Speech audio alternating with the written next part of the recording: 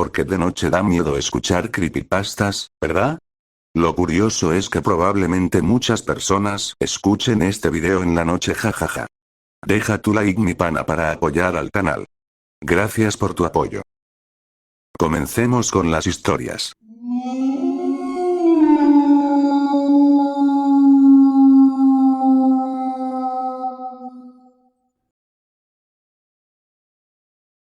Jane me envió un mensaje hoy. Fue mi amante hace 20 años.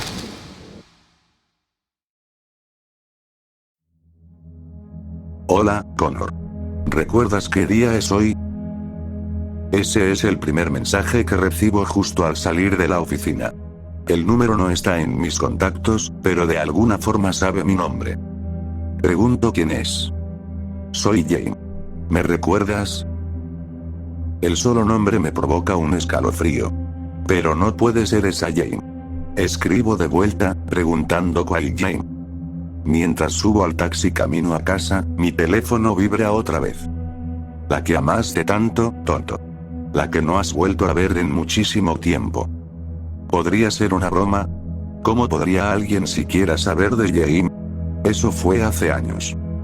Decido no responder, con la esperanza de que quien sea pierda el interés.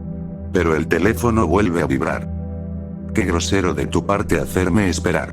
¿Recuerdas cuando dijiste que ibas a dejar a tu esposa? Mi corazón se detiene por un segundo. Escribo furioso, exigiendo saber quién es realmente y qué quiere. La verdadera Jane murió hace casi 20 años. Solo quiero que me digas qué día es hoy. Nada más.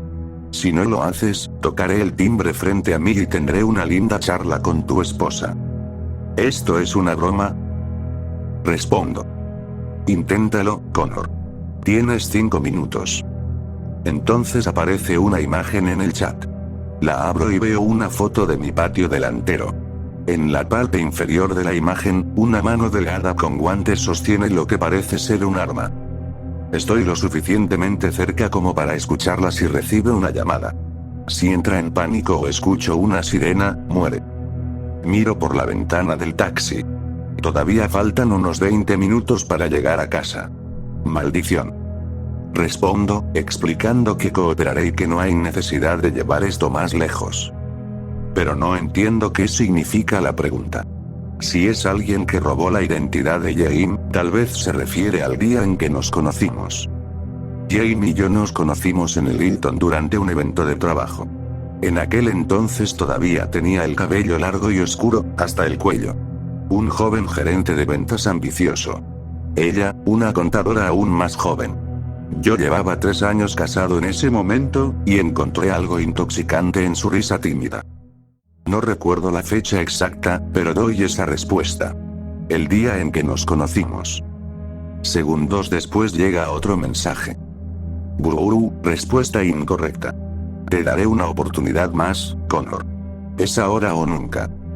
El taxi gira hacia mi calle. Solo faltan unas pocas cuadras. Entonces me cae la respuesta obvia. Claro, el día en que murió. He elegido olvidar muchas cosas de esos últimos meses con Jane. Las peleas, las amenazas, la amarga separación cuando elegí a mi esposa en lugar de ella. La mirada que me dio cuando le dije que no tuviera al niño. Al final, le di dinero para el procedimiento y desaparecí de su vida por completo. Un par de meses después, alguien me dijo que había muerto en la mesa de operaciones, durante lo que supuse era el aborto. Escribo mi respuesta. El teléfono vuelve a vibrar. Muy bien, Connor. Casi aciertas. Pero falta una pieza. El taxi se detiene, pero salto antes de que frene del todo, corriendo hacia la casa. El chofer grita detrás de mí, exigiendo que le pague. Ese mismo día, pasó algo más. Entro por la puerta de golpe, desesperado. Mi esposa no está en la sala. Grito su nombre. Ella responde desde la cocina y corro hacia allá. La encuentro allí, sorprendida por mi pánico. La abrazo con fuerza. El alivio me inunda. Está a salvo, solo me mira confundida, sin entender qué pasa.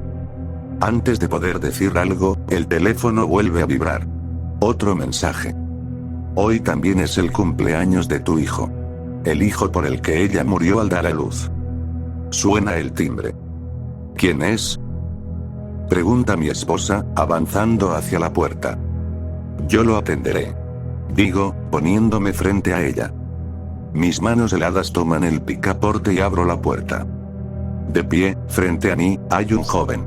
Delgado, alto, con el cabello largo y oscuro rozándole el cuello. Se parece inquietantemente a mí cuando tenía su edad. En su rostro, una sonrisa fría. En sus manos, un arma que se alza apuntando directo a mi cabeza.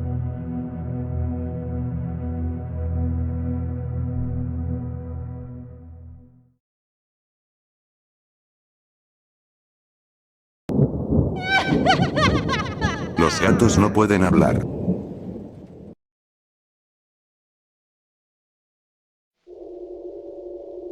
Mi hija se estaba quejando de un gato que la miraba mientras dormía. Cariño, nosotras no tenemos gato. No podemos tenerlos porque soy alérgica. Me reí de su imaginación. Su carita se arrugó de frustración. Pero anoche había un gato en mi cuarto.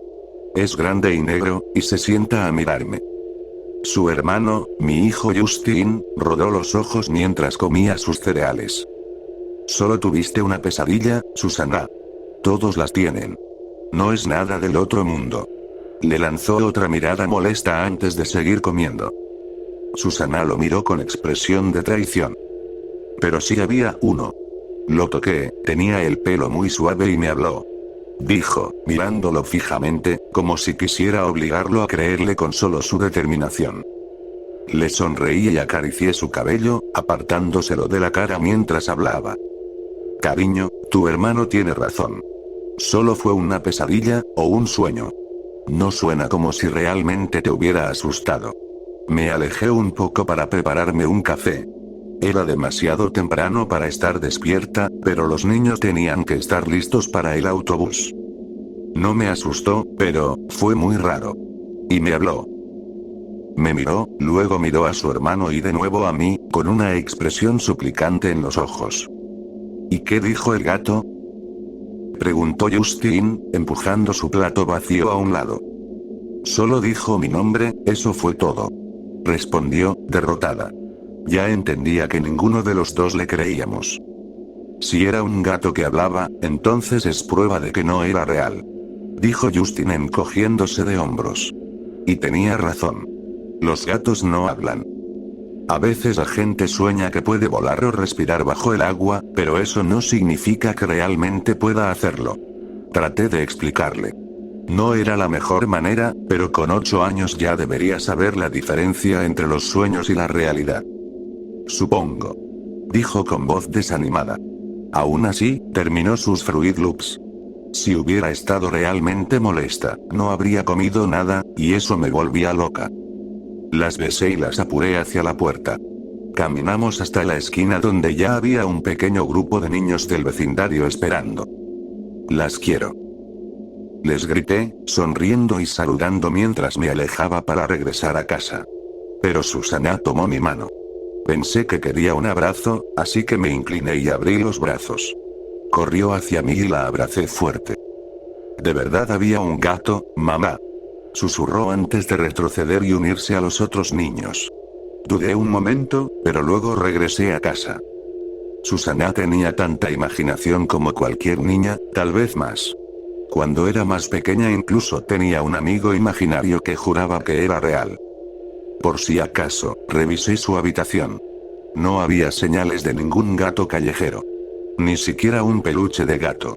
Tenía búhos, perros, una ballena y un mapache de peluche, pero nada que pudiera confundirse con un gato real.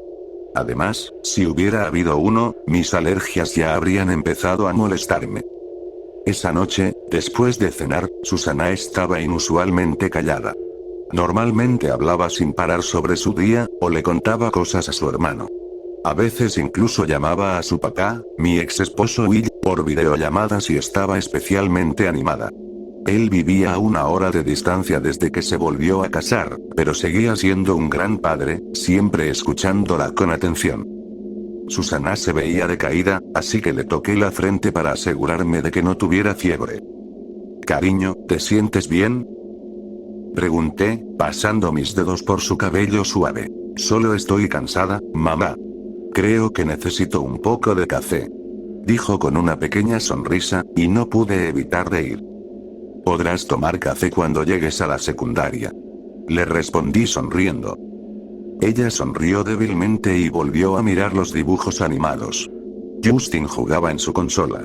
Con los dos distraídos, aproveché para alistar todo para la noche. La cocina fue fácil de limpiar. Habíamos pedido pizza y usado platos desechables, así que no había trastes. Nunca imaginé que algún día me alegraría por no lavar, pero así es la adultez. Cuando los acosté, Justin se durmió enseguida, pero Susana necesitó un poco de insistencia. Me pidió que le leyera un cuento, algo que no había hecho en meses. La complací con uno corto, de unos 10 minutos, porque aún tenía cosas del trabajo que preparar antes de irme a dormir. Me encantaba leerle, pero no podía alargarme mucho. ¿Puedo escuchar otro cuento, mamá? Preguntó ya con los ojos cerrados. No, cariño, estás muy cansada, necesitas dormir. Le di un beso en la mejilla y la arropé una última vez. Mamá. Murmuró, su voz arrastrándose por el sueño. ¿Y si el gato vuelve esta noche?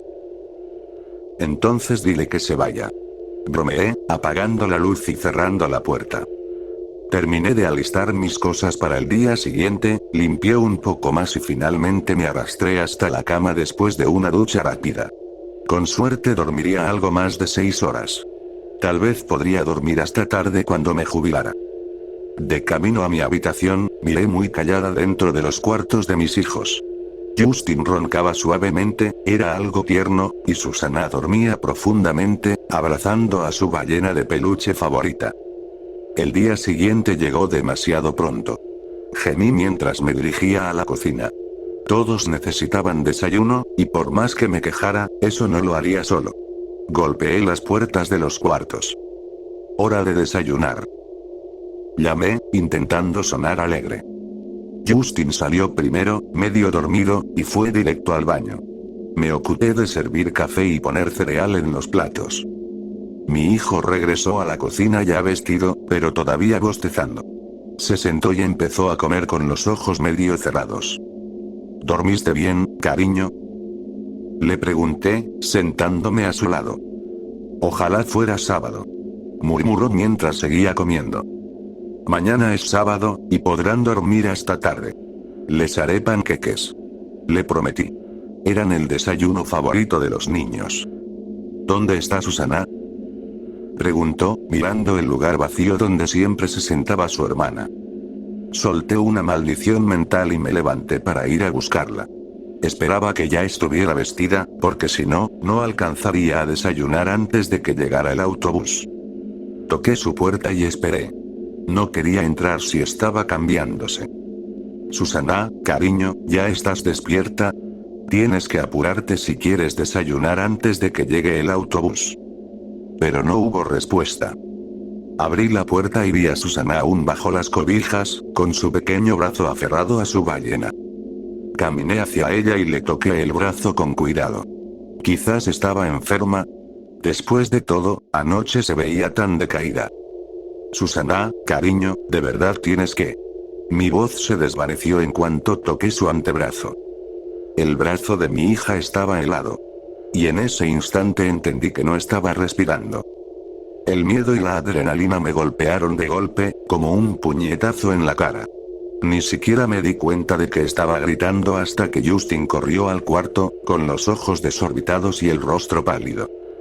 Miró a su hermana y gritó también, sus ojos abriéndose aún más.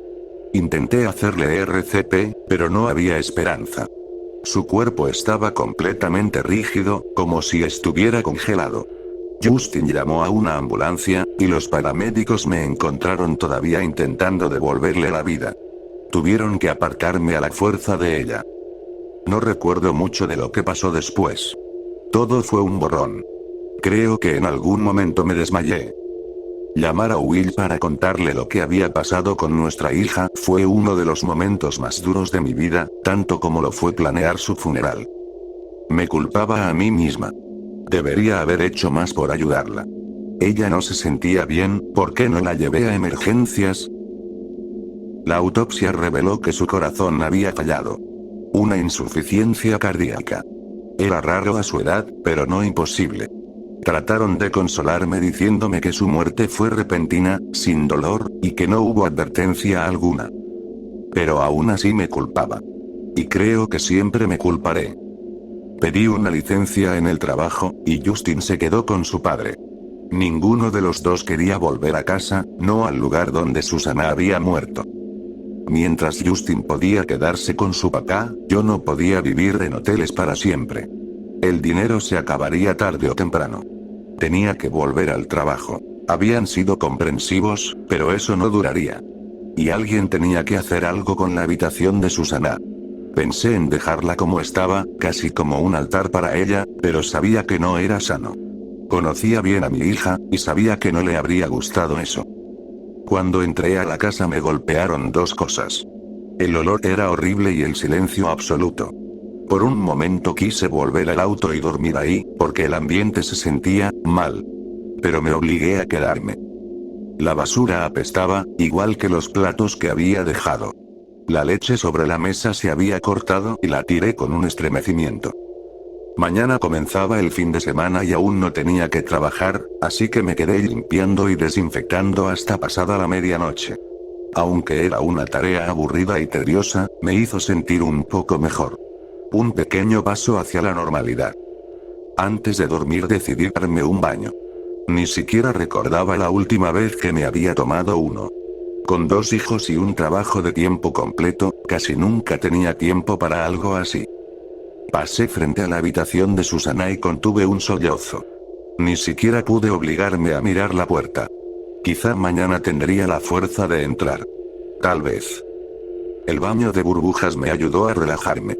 Sentí el cansancio arrastrándome y supe que el sueño no tardaría en llegar. Me sequé con la toalla y me metí a la cama desnuda. No tenía sentido usar pijama. Era la única en la casa. El sueño me venció rápido, y agradecí ese olvido momentáneo. Desperté en mitad de la noche, jadeando. Sudaba, y el aire se sentía pesado, opresivo, como si el oxígeno se hubiera vuelto frío y espeso al mismo tiempo. Miré el reloj. Eran las 3 de la madrugada. Permanecí acostada mientras una sensación de terror me recorría el cuerpo. No sabía qué me había despertado, hasta que vi algo moviéndose hacia mi cara, desde el extremo de la cama. Al principio no lo noté. Era negro y se confundía con la oscuridad del cuarto. Pero cuando se acercó un poco más, lo vi. Era un gato. Tan negro que parecía una mancha de petróleo.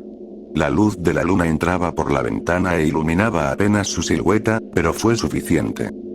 No vi sus ojos hasta que estuvo a unos centímetros de mi rostro. Eran como ónix brillante, reflejando la luz con una malicia burlona. No se le veían pupilas, y por un segundo pensé que quizá era ciego. Quise gritar, pero de mi boca no salió ningún sonido. Estaba demasiado en shock. Extendí la mano y lo toqué con suavidad, esperando estar alucinando. Su pelaje era tan suave y resbaladizo como la seda. El gato negro abrió la boca, imitando mi mudo grito. Sus encías, dientes y lengua eran tan negros como su cuerpo. Todo se perdía en un abismo oscuro dentro de su garganta. Y entonces habló. Una voz susurrante emergió desde lo más profundo de su cuerpo, aunque su boca no se movió. Mary.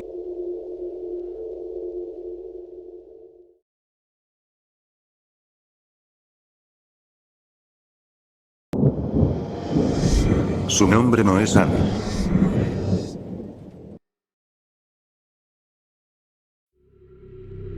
Su nombre no es Annie. Pero me había rendido en intentar corregir a mi madre. Este era mi segundo embarazo y mi primera hija. Su nombre es Miranda. Pero mi madre no escuchaba.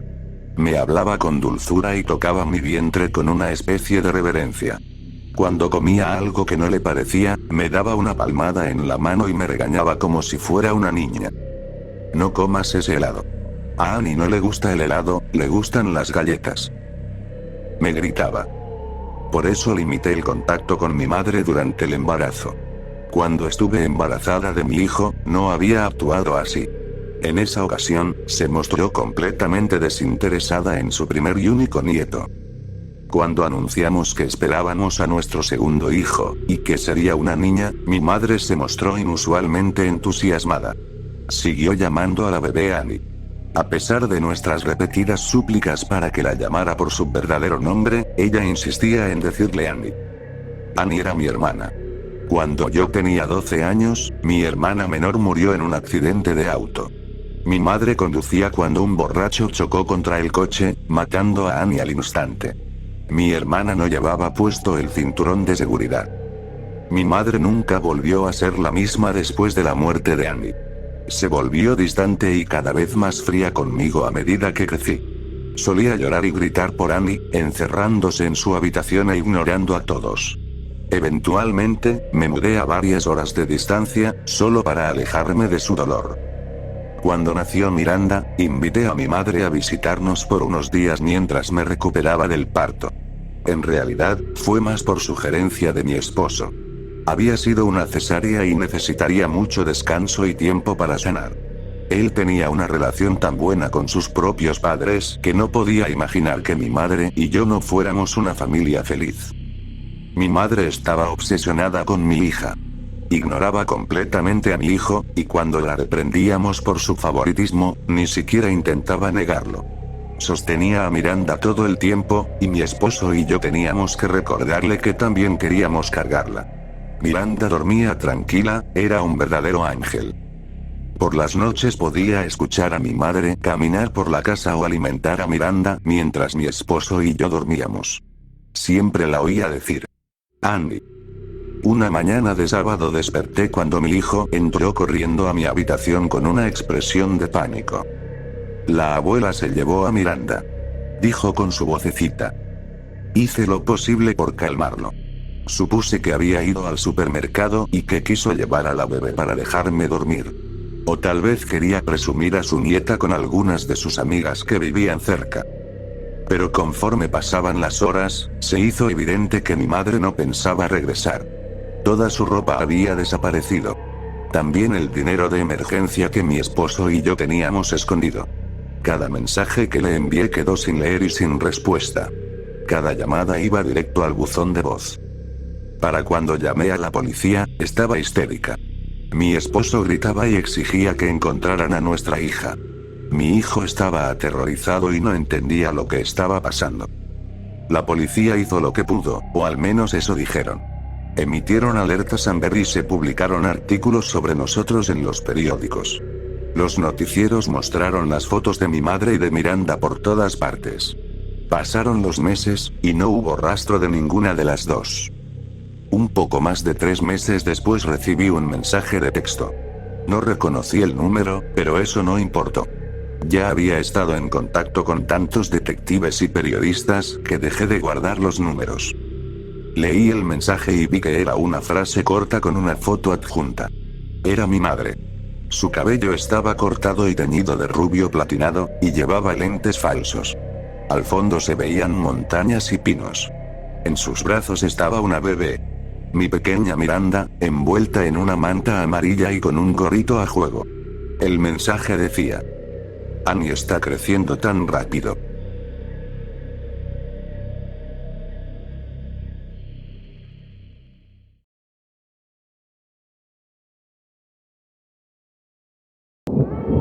El rescate.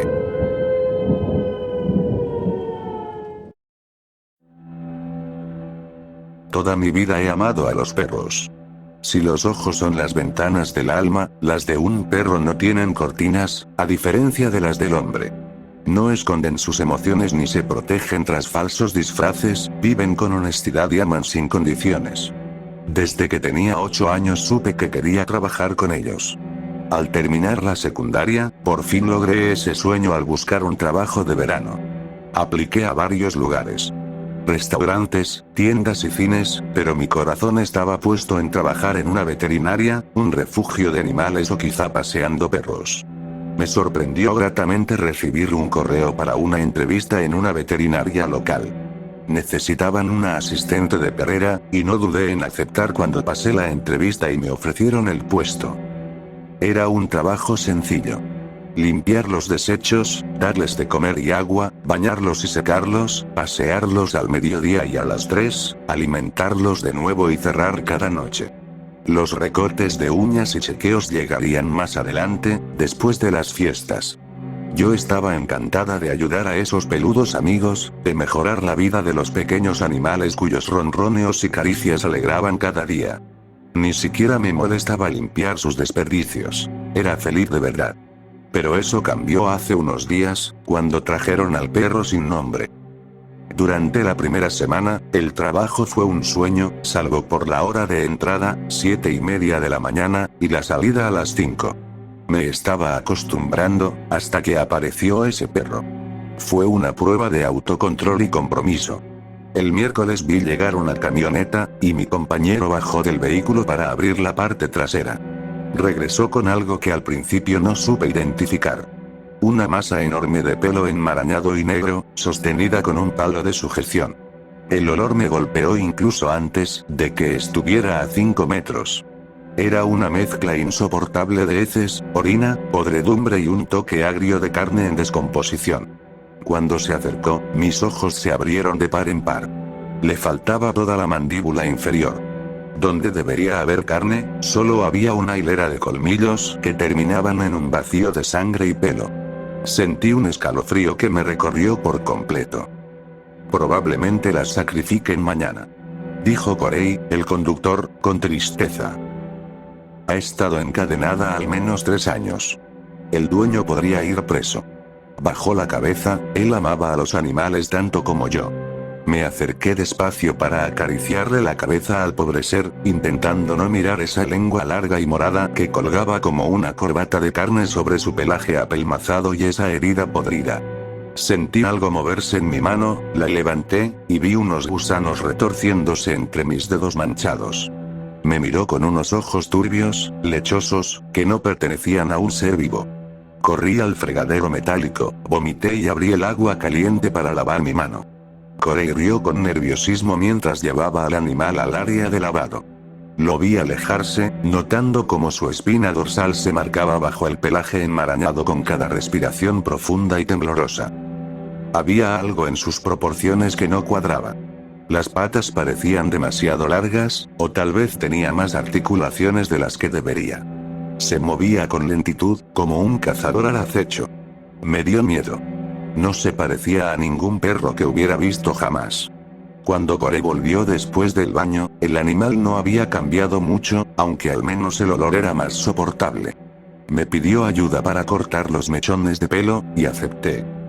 Él lo sostuvo con el collar de sujeción, y yo empecé a cortar. El pelaje estaba tan enredado que parecía sólido, lleno de insectos y larvas que se movían entre las capas. Cada trozo que caía liberaba un nuevo olor, más repulsivo que el anterior. Sabía que lo sacrificarían de todos modos, pero seguí cortando, decidida a ayudar. Después de 1 hora extra, por fin retiramos la mayor parte del pelo apelmazado. El animal, ahora sabía que era una hembra, movía lentamente la cola. La volvimos a bañar, le dimos alimento y la acaricié con cuidado. Me alegré de no ver más gusanos. Su olor ya no era tan terrible. Me lavé, ayudé a cerrar el lugar y fui al estacionamiento. Pero mientras abría la puerta de mi auto, escuché un ruido.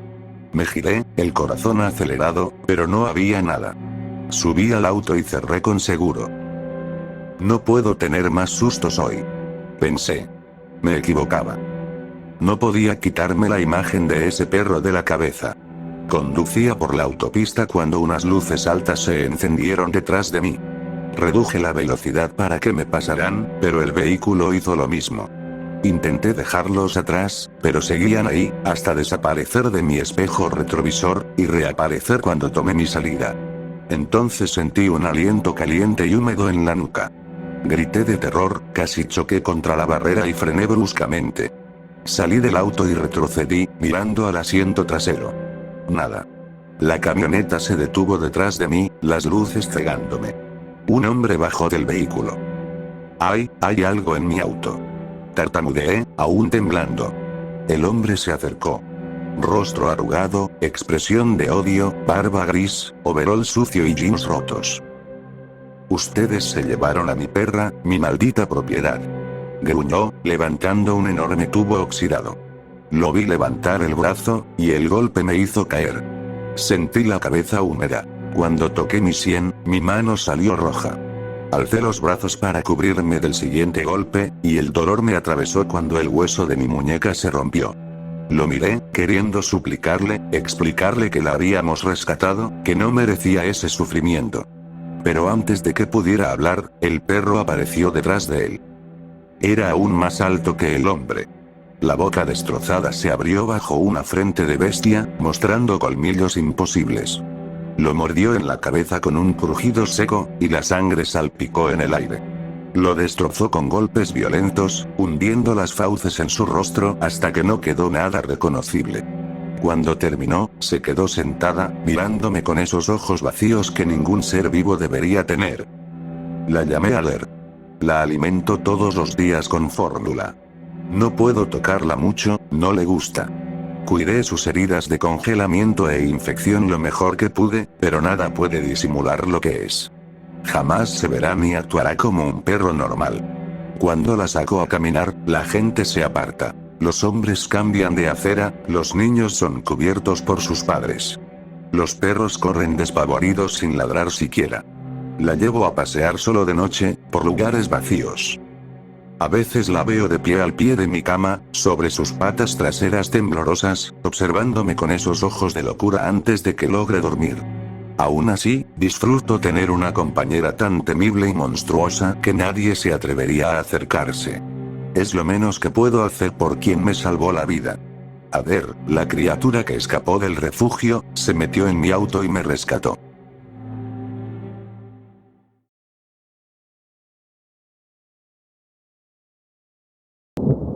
Todos piensan que maté a mi propio hermano, pero no fue así.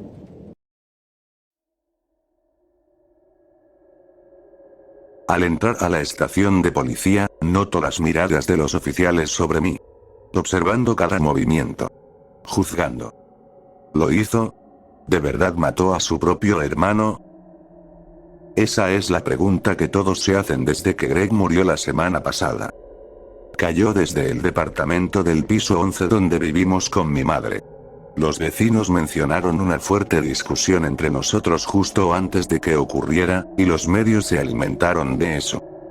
Un oficial mayor, educado, se me acerca y me hace un gesto para que lo siga a la sala de interrogatorios. Me indica que me siente. Lamento todo esto, señorita Ilana. Dice mientras pasa unas hojas dentro de una carpeta. Pero necesitamos aclarar bien este caso. Asiento. Me pregunta si estoy segura de no querer un abogado. Le confirmo que sí. Deja los papeles a un lado y abre una libreta pequeña, con un bolígrafo entre las páginas. ¿Podría contarme cómo era su relación con su hermano? Esa es una pregunta complicada, pero le digo la verdad. No era buena. Mi hermano fue controlador y agresivo desde pequeño. Solía robarme mis cosas y amenazarme con un cuchillo pequeño que había tomado de nuestro padre para mantenerme callada. Lo expulsaron de 2 escuelas. Una vez por golpear a un chico hasta dejarlo inconsciente, y otra porque incendió un aula entera cuando un maestro se negó a cambiarle la nota. Era muy cercano a nuestro padre y, cuando él murió, Greg empeoró. Mucho. Al oficial le doy una versión más ligera de la historia. No quiero que parezca que odiaba a mi hermano. Él lo anota, despacio. ¿Y su madre? Pregunta. Mi madre es increíble. Explico, sintiendo un nudo en la garganta. Nos crió prácticamente sola, hizo lo que pudo. Nuestro padre era difícil. Puedo imaginar el dolor que debe estar sintiendo. Interrumpe con voz tranquila, mirándome directo a los ojos. Perder a otro miembro de la familia, solo unos años después de haber perdido al anterior. Era evidente en su mirada que creía que yo lo había hecho. Que había acabado con mi hermano. Entonces vino la pregunta de Orr. ¿Podría relatarme los hechos de esa noche, tal como los recuerda?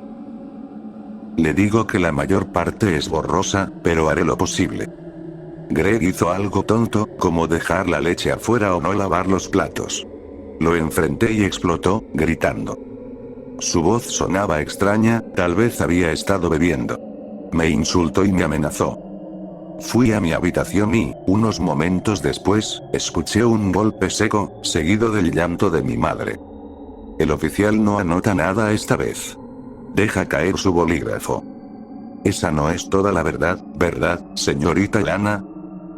Dice, ladeando un poco la cabeza, como si me hubiera atrapado en una mentira. Encontramos marcas de arañazos en su brazo, probablemente de una pelea. Continúa. Aún no analizamos el ADN, pero tengo la fuerte impresión de que habrá coincidencia. Mira mis manos, donde tengo algunas uñas rotas en las puntas. Eso no tiene mucho sentido. Le respondo, aunque su manera directa me toma por sorpresa. Él me lanza una mirada de quien ya sabe la respuesta y toma de nuevo su bolígrafo, hojeando sus notas. ¿Conoce a una chica llamada Abigail? Alguien con quien su hermano estuvo involucrado recientemente. Trago saliva. Lo sabe. Así que supongo que sí. Dice con una media sonrisa. Ella presentó una denuncia contra su hermano el día antes de su muerte. ¿Sabía eso? No, no lo sabía. Finjo sorpresa. ¿Qué pasó? Denunció un intento de asesinato. Lee del expediente. Greg la golpeó tan brutalmente que apenas se la podía reconocer. Solo sobrevivió porque logró escapar del auto. Eso es perturbador. Tiene razón. Y usted ya lo sabía, ¿no? Ella nos dijo que la había advertido la misma mañana en que él murió. Se inclina hacia adelante, atento a mi reacción. No digo nada. Empiezo a pensar que tal vez rechazar un abogado fue un error. Y hay otra chica, Jenna. Continúa. Su ex. Había estado desaparecida unos meses, pero encontramos su cuerpo desmembrado junto a un camino de tierra. Abro los ojos de par en par. No sabía los detalles, pero temía que algo así hubiera pasado. Sospechamos que hay más. Añade, recostándose en la silla, con un tono que sugiere compasión. Es hora de hacer justicia por esas mujeres. Sé que probablemente por eso lo empujó esa no. Antes de que termine, me levanto y le pregunto si estoy arrestada. Niega con la cabeza. Entonces me voy. Digo, caminando hacia la puerta. Espero haber ayudado. Salgo de la estación con lágrimas en los ojos. Pobres chicas, ¿qué les había hecho? ¿Cómo pudo parecerse tanto a nuestro padre? Mi madre me espera frente a la entrada principal, sentada en una banca. Su rostro se ilumina al verme, y nos abrazamos con fuerza. Nunca les diré lo que ella hizo esa noche.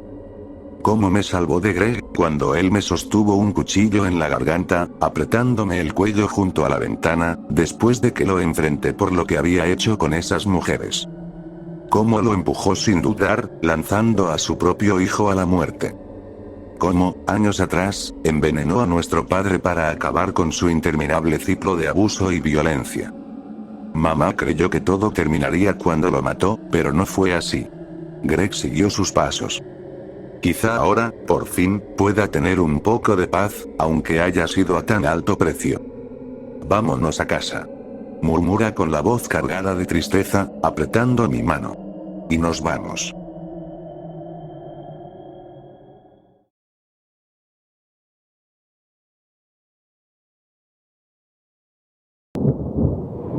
Voy a morir esta noche.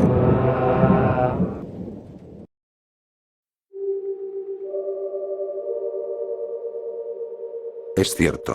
No hay salida para mí. No sé qué hacer. Déjame explicarlo. Hoy iba todo como cualquier otro día. Soy profesor en una universidad. Recién salido de la escuela de posgrado y muy nuevo en el trabajo, llevo apenas un mes aquí. El salario es más o menos, pero los estudiantes son bastante tranquilos y me agradan mis compañeros de trabajo. De todos modos, esta noche estoy trabajando hasta tarde. Estoy muy atrasado con la corrección de los exámenes parciales de mis alumnos. Comí algo temprano después de las clases del día y luego me encerré en mi oficina. Naturalmente, después de un par de horas, me aburrí y empecé a navegar por internet. Justo cuando estaba pensando en rendirme por esa noche e irme a casa, recibí una notificación de correo electrónico. La abrí. La línea del asunto decía simplemente: encuentra tu verdad. Sonaba como una invitación a algún sitio de autoayuda lleno de virus. Lo inteligente habría sido borrar el mensaje en ese mismo instante y volver al trabajo, pero estaba aburrido y solo necesitaba la más mínima excusa para procrastinar. Abrí el correo. Dentro decía: pregunta lo que quieras, y responderemos. Ninguna petición es demasiado oscura, ninguna pregunta demasiado invasiva.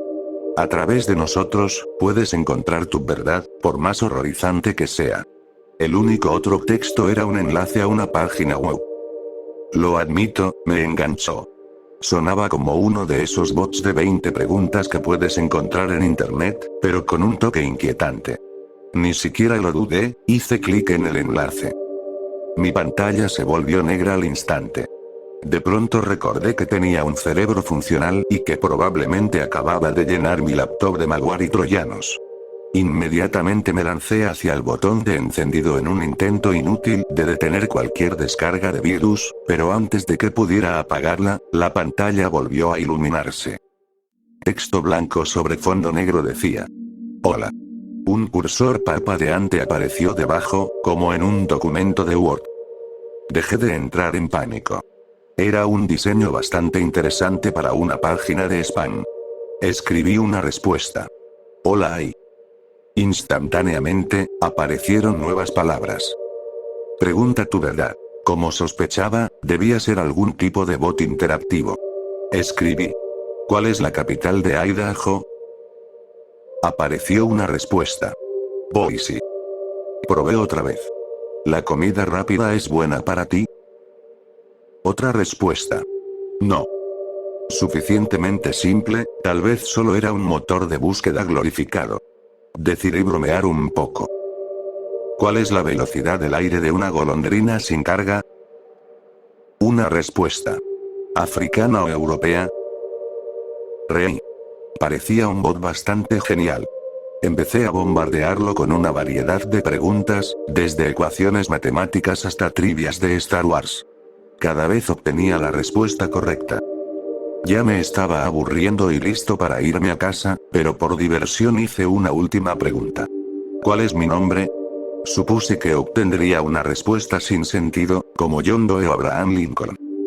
Una ligera pausa, y luego apareció la respuesta. Thomas. Fruncí el ceño. Correcto.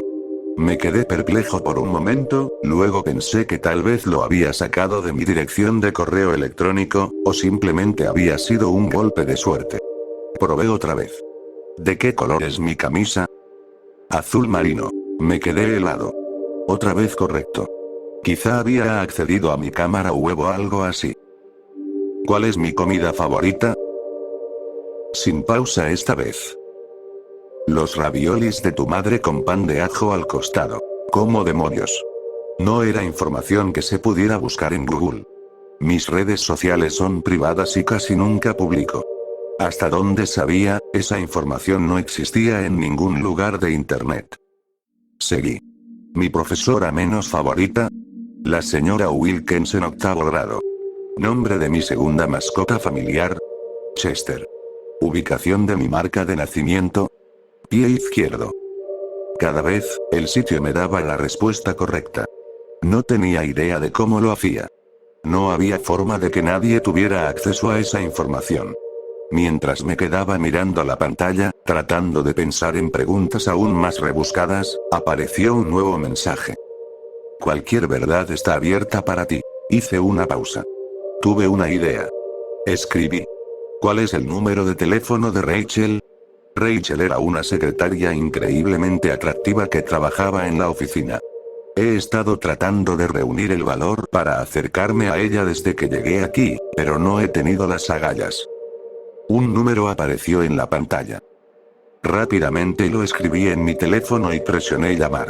Después de unos cuantos timbres, estaba a punto de colgar cuando alguien contestó. Hola. Era la voz de Rachel.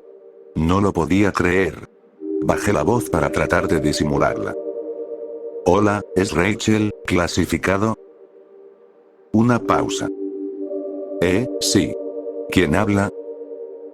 Colgué sin decir una palabra más. Era ella. Volví mi atención a la pantalla frente a mí. Había más en este bot de lo que pensaba.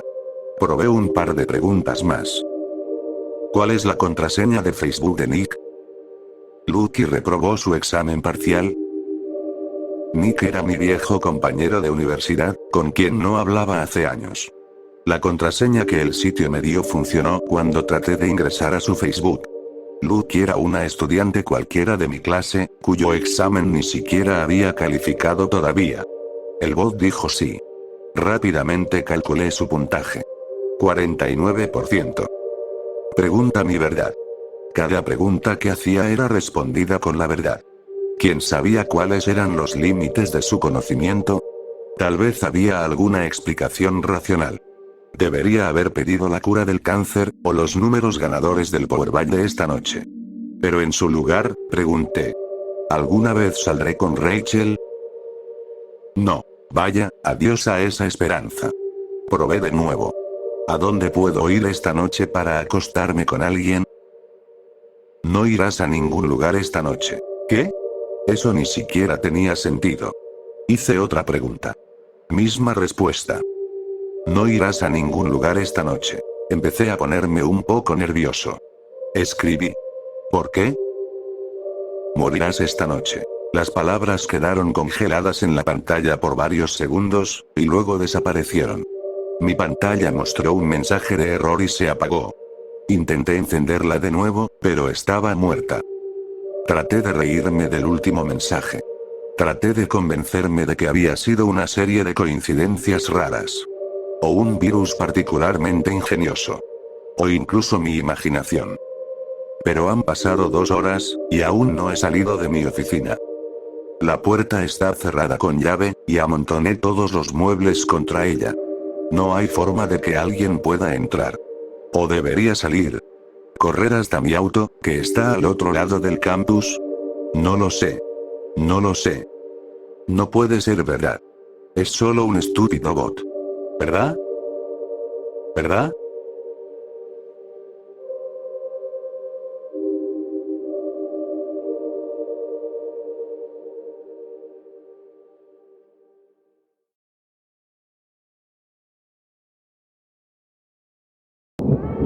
Me pagaron $50.000 por cenar con un desconocido.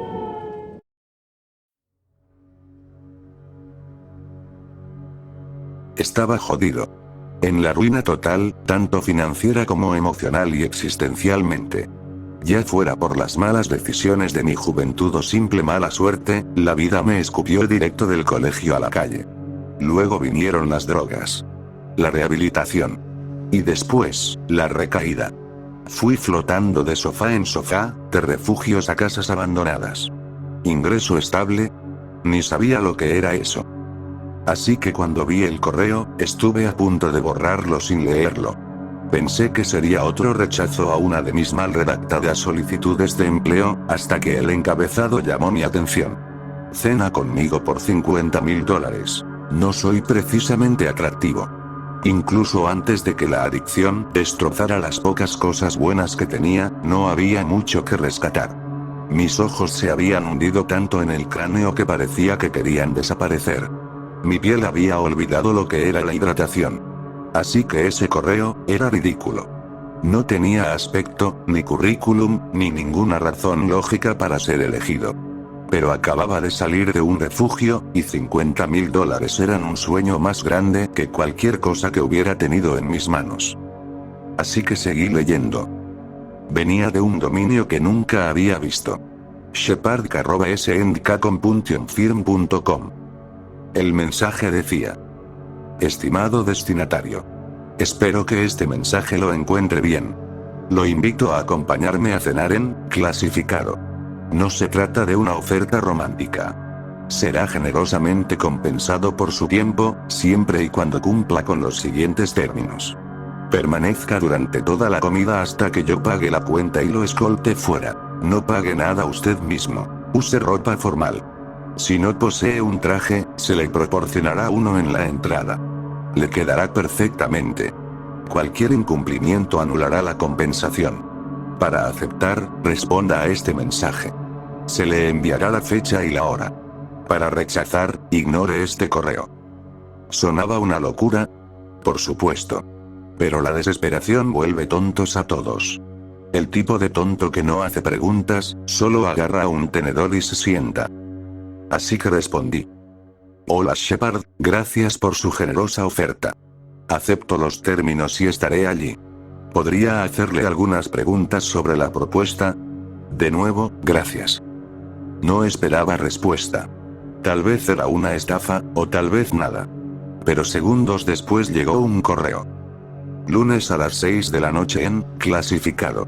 Las preguntas podrán hacerse durante la cena. Gracias por su cooperación. Más mierda críptica. Ahí fue cuando me quedó un poco de sentido común y decidí averiguar quién era este tipo. El correo parecía de trabajo, así que busqué el dominio. SNK.firm. Por el nombre, imaginé un grupo de abogados. Pero no.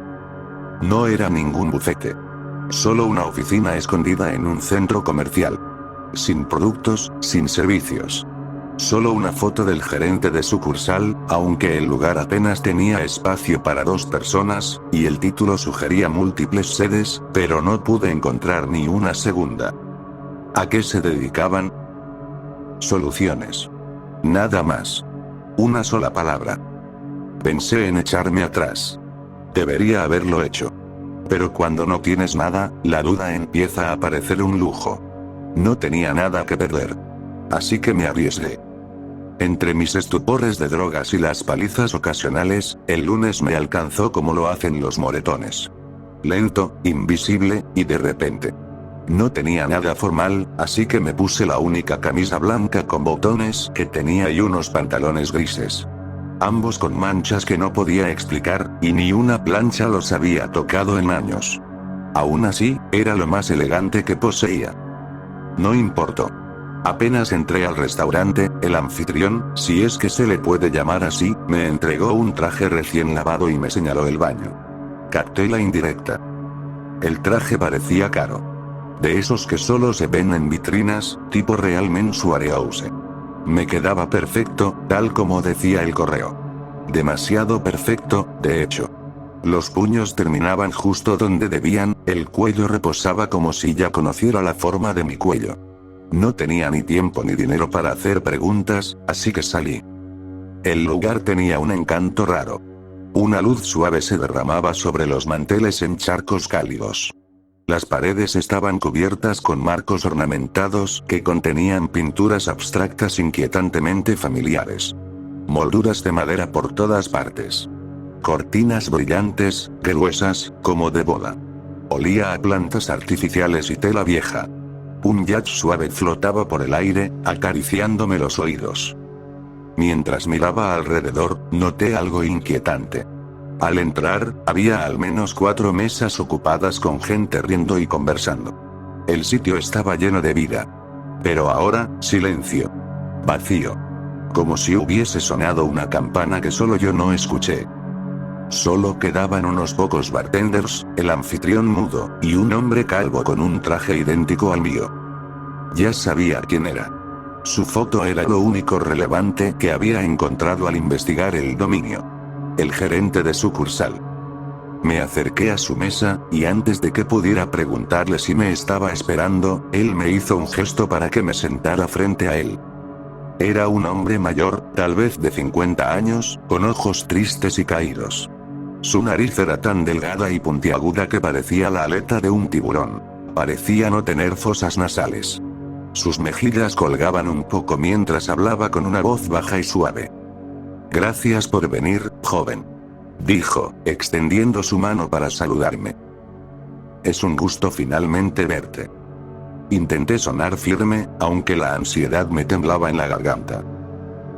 Gracias, señor. La conversación que siguió fue sorprendentemente agradable. La comida era mejor que casi cualquier cosa que hubiera probado. Decadente y extrañamente familiar, como si la hubieran preparado solo para mí. Me preguntó por mi infancia, por mi situación actual, por mi familia. La mayoría de esos recuerdos no eran agradables, pero se sintió bien tener a alguien que simplemente escuchara. Llegó un punto en que bajé la guardia. Nunca interrumpió, nunca juzgó, solo observaba. Entonces se puso serio. Me agarró de la muñeca justo cuando levantaba el tenedor. Su mano era helada pero firme, y su tono bajó. ¿Qué es algo que desearías no haber hecho nunca? ¿Qué? Dije, desconcertado por el cambio repentino. No respondió. Solo me miró, quieto, esperando. Tragué saliva. Le robé a mi mamá cuando se estaba muriendo. Se suponía que debía cuidarla y protegerla, pero gasté su dinero en lo que me había pedido que dejara. Una mesera apareció sin hacer ruido, dejando frente a mí un pequeño cuenco de porcelana. Dentro reposaba una sola vieira sellada, sobre una franja de coulis de pimiento rojo intenso, su color manchando el plato blanco como la vergüenza que cargaba. La carne tierna se deshizo en mi boca con un destello de picor, un recordatorio de que algunas heridas nunca terminan de sanar. Un suspiro de ralladura de limón elevaba el sabor. Él asintió, sin juicio en sus ojos, solo algo silenciosamente comprensivo, luego se levantó y se disculpó para ir al baño. Apenas se fue, respiré hondo, intentando sacudirme el momento. Entonces lo noté. La lámpara de cristal sobre nosotros tenía una bombilla más. Solo una. La luz que emitía se curvaba levemente en los bordes, estirando las sombras bajo nuestros platos. Parpadeé. Me froté los ojos. Todo volvió a la normalidad. Casi. El jazz había bajado un poco de ritmo, las notas se prolongaban apenas un segundo más de lo que debían. Volvió, pero algo en él había cambiado. Su lado derecho se veía más joven, más firme. El izquierdo, igual que antes. Una arruga cerca de la boca había desaparecido, y su sonrisa parecía menos pesada. Preguntó otra vez, con suavidad. ¿Cuál es la acción más bondadosa que has hecho? Le conté sobre un chico sin hogar al que dejé dormir en mi auto una noche helada. No sabía su nombre y no esperaba nada de él. Solo cerré los seguros y me quedé despierto hasta el amanecer, por si alguien intentaba algo. Mientras me observaba, trajeron otro plato. Una manzana ahuecada que contenía una sopa tibia de calabaza, su dulzura equilibrada con aceite de salvia. El borde crujiente de la manzana enmarcaba el caldo aterciopelado, igual que yo había protegido a aquel chico del frío. Cada cucharada era una promesa suave de seguridad en un mundo que carecía de ella. Esta vez, mientras me escuchaba, algo en su rostro cambió. Su ojo izquierdo parecía más brillante, y el lado izquierdo se suavizó. Se veía, más joven, de algún modo. Tal vez era un truco de la luz. O tal vez la habitación se estaba oscureciendo. Entonces hizo otra pregunta. ¿Cuál es la peor mentira que has dicho? Vacilé. Me había prometido no recordar ese momento, pero sentí la necesidad de contárselo. Cuando alguien cercano a mí tuvo una sobredosis, pude haberlo salvado. Lo vi, pero me quedé paralizado del miedo, pensando que podía acabar igual. Cuando llegó la policía, les dije que ya estaba muerto cuando lo encontré. Él asintió de nuevo, sin juzgar, solo escuchando. No sé cómo, pero en ese momento apareció un nuevo plato. Un dumpling al vapor, translúcido, solo en el centro del plato. Su piel era tan delicada que temía tocarla. En cuanto la perforé, un caldo picante brotó, quemándome la lengua con el ardor de mis mentiras. La envoltura se deshizo por completo, dejando solo el fuego de un secreto que creía haber enterrado para siempre. Luego él se levantó y se alejó, más lento esta vez. La silla crujió al separarse, y el suelo debajo pareció curvarse de una forma que desafiaba la física. Mientras esperaba, vi cómo el papel tapiz detrás de la barra comenzaba a burbujear levemente, como si el calor lo empujara desde adentro. Las cortinas parecían más pesadas. Los cuadros de la pared se inclinaban cada uno en un ángulo distinto. No mucho, pero lo suficiente para notarlo. Lo suficiente para inquietar. El personal no cambiaba los platos. Las gotas se rellenaban solas. Y empecé a notar algo imposible. Todos en el lugar tenían su rostro. no exactamente igual, pero parecido, como una familia de clones degradados con cada copia. El bartender parpadeó con un solo ojo abultado, y la sonrisa de la anfitriona se deslizaba como cera derritiéndose. Cuando regresó, la distorsión se había expandido. Su mandíbula era desigual. Un lado flácido, el otro tenso como alambre de púas. El contraste en su cara ya no era solo físico, emanaba algo más profundo, como dos mitades de una personalidad que no lograban coincidir. Se sentó, observándome como si midiera el peso de mi silencio. No sabía si estaba evaluando mi alma o simplemente admirando cómo el pánico se acomodaba en las esquinas de mi cuerpo. Su voz llegó suave, casi reverente. ¿Qué recuerdo es el que más extrañas? Tardé en responder. No porque no lo supiera, sino porque temía admitir lo frágil que se había vuelto la verdad. Solía nadar en el lago Michigan cada verano, dije despacio. Con amigos. Nos lanzábamos de los muelles y gritábamos sobre monstruos marinos y sándwiches fríos. Era una estupidez. Pero me sentía a salvo.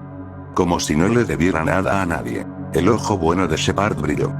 Una lágrima rodó por el lado más claro de su rostro, deteniéndose en su mentón antes de perderse entre los pliegues. El lado oscuro permaneció inmóvil, con la cuenca casi vacía. Lo miré, sin saber si debía darle las gracias o salir corriendo. No dijo nada. Solo se levantó, más lento que antes, con movimientos pesados, deliberados. La silla rechinó como si odiara quedarse sola. Esta ida al baño tardó más. El silencio se espesó, y la música apenas era audible. Las luces del techo se atenuaron otra vez, esta vez pulsando con un ritmo débil.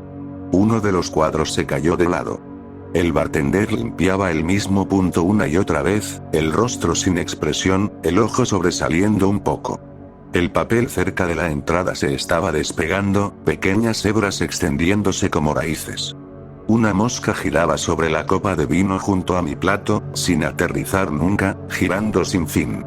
Sentí el pecho apretarse. Shepard volvió. Esta vez no se sentó. Se erguía, imponente. Su rostro estaba mal. La simetría se había rendido. Un ojo desorbitado, temblando con espasmos. El otro, hundido casi por completo. La boca entreabierta, pero sin emitir aliento. No dijo nada durante varios segundos. Solo me observó. Finalmente. ¿Deseas postre? Me puse de pie casi por instinto. Creo que necesito ir al baño. Dije. Él asintió despacio. Tómate tu tiempo. El baño estaba demasiado silencioso, el espejo demasiado claro. Me incliné hacia adelante esperando ver mi propio deterioro reflejado, pero en el espejo, detrás de mí, estaba Shepard. No en la habitación, sino en la imagen.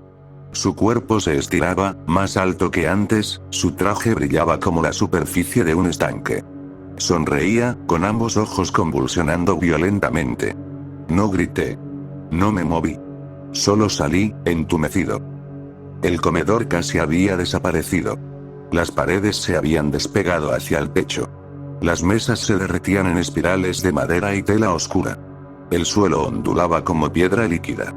Las cortinas ya no existían, y en su lugar quedaba una especie de neblina estática donde antes había ventanas. Shepard estaba en el centro, tranquilo.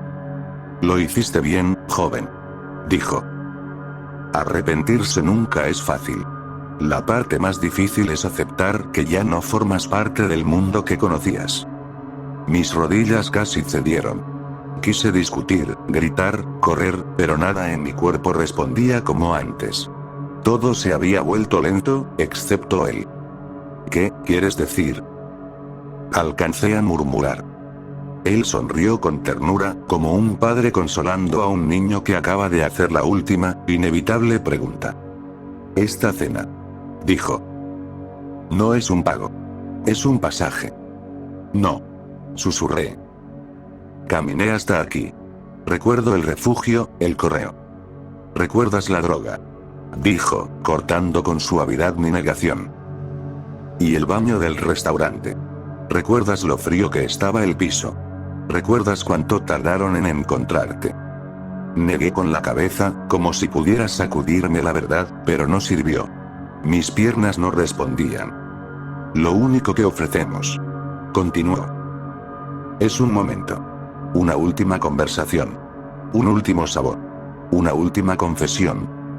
Lo que quedaba del lugar se desintegró como ceniza al viento. La mesa frente a nosotros desapareció. Vapor brotaba de grietas en el suelo que no habían estado ahí segundos antes. Shepard extendió su mano otra vez. El traje que llevaba brillaba de forma extraña, con colores que se movían como la luz de luna sobre las olas. En los hilos se formaban patrones, rostros, o sombras, no podía distinguirlo. Lo hiciste bien, dijo con voz baja. Fuiste honesto. Eso es todo lo que pedimos. Sentí lágrimas en mi mejilla, sin saber cómo habían llegado ahí. ¿Qué pasa ahora?, susurré. Shepard miró por encima del hombro.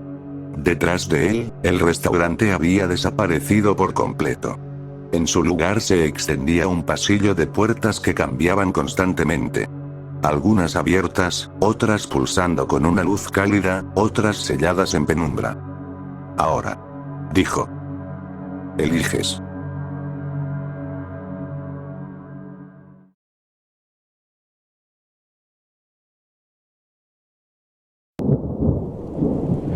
Encontré a Jerry hoy.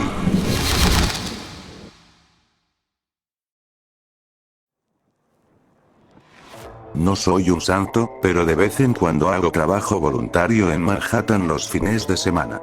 Una vez al mes voy a una iglesia en el centro y sirvo macarrones con queso y pavo a un grupo de personas desaliñadas y agradecidas que han sido olvidadas por la sociedad.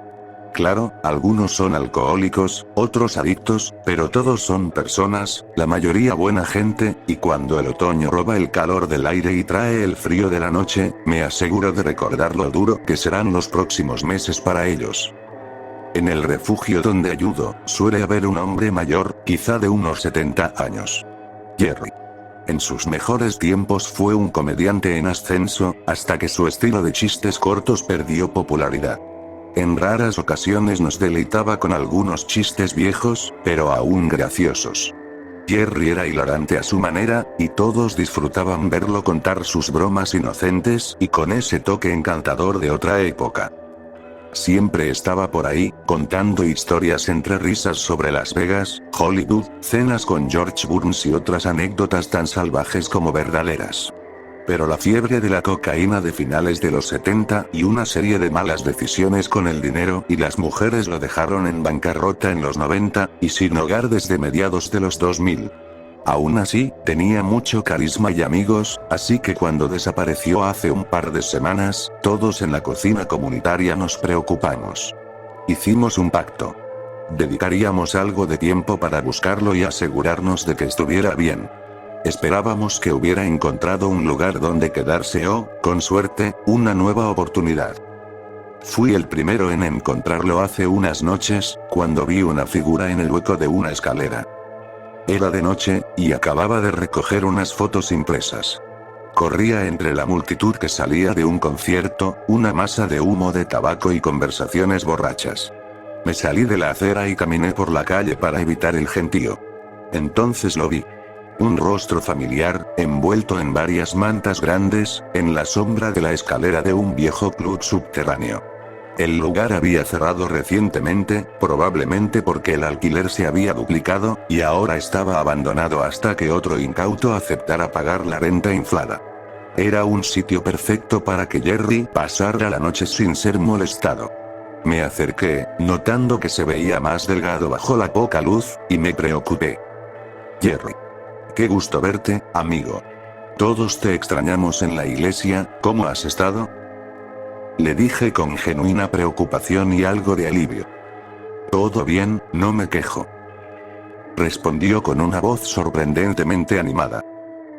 He estado ganando buen dinero por esta zona, así que no he necesitado la comida del refugio, pero pronto pasaré de nuevo. Sentí una ola de alivio cálido recorrerme. Eso es genial, Jerry. Tienes mi número, llámame si necesitas algo, dije, contento de que estuviera bien. Miré dentro del sombrero frente a él y vi varios billetes de 5, 10 y hasta $20. Al parecer le iba muy bien con los borrachos que salían de los conciertos.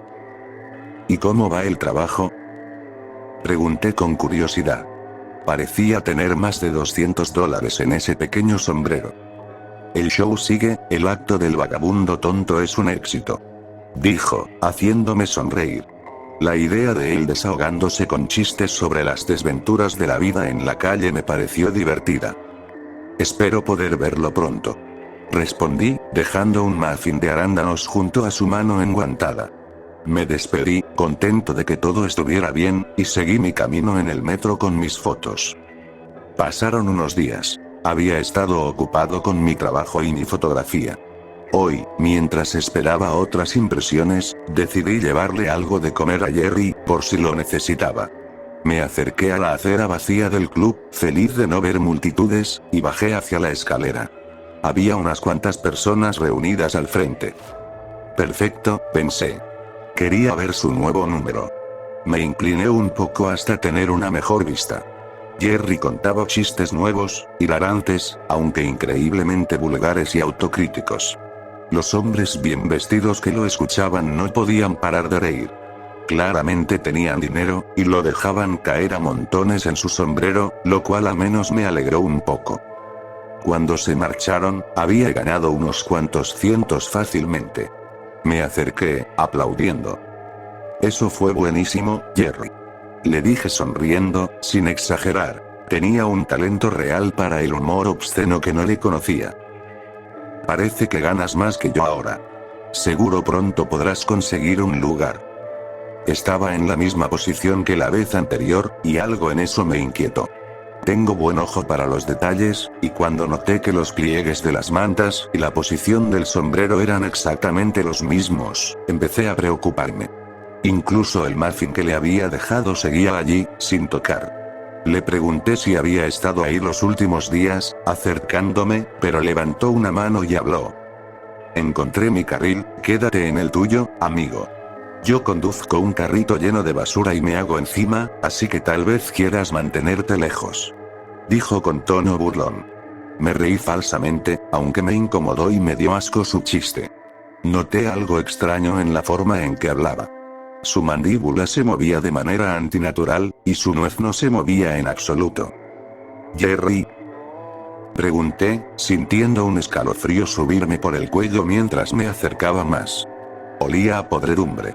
Estaba pálido, con los ojos hinchados y rojos. Y entonces vi un destello. Un par de ojos brillando entre las sombras del pliegue de la manta, detrás de él. Yo que tú, no me acercaría, en las pocas veces que tengo enjuague bucal, es para beberlo, dijo Jerry. Y entonces los vi.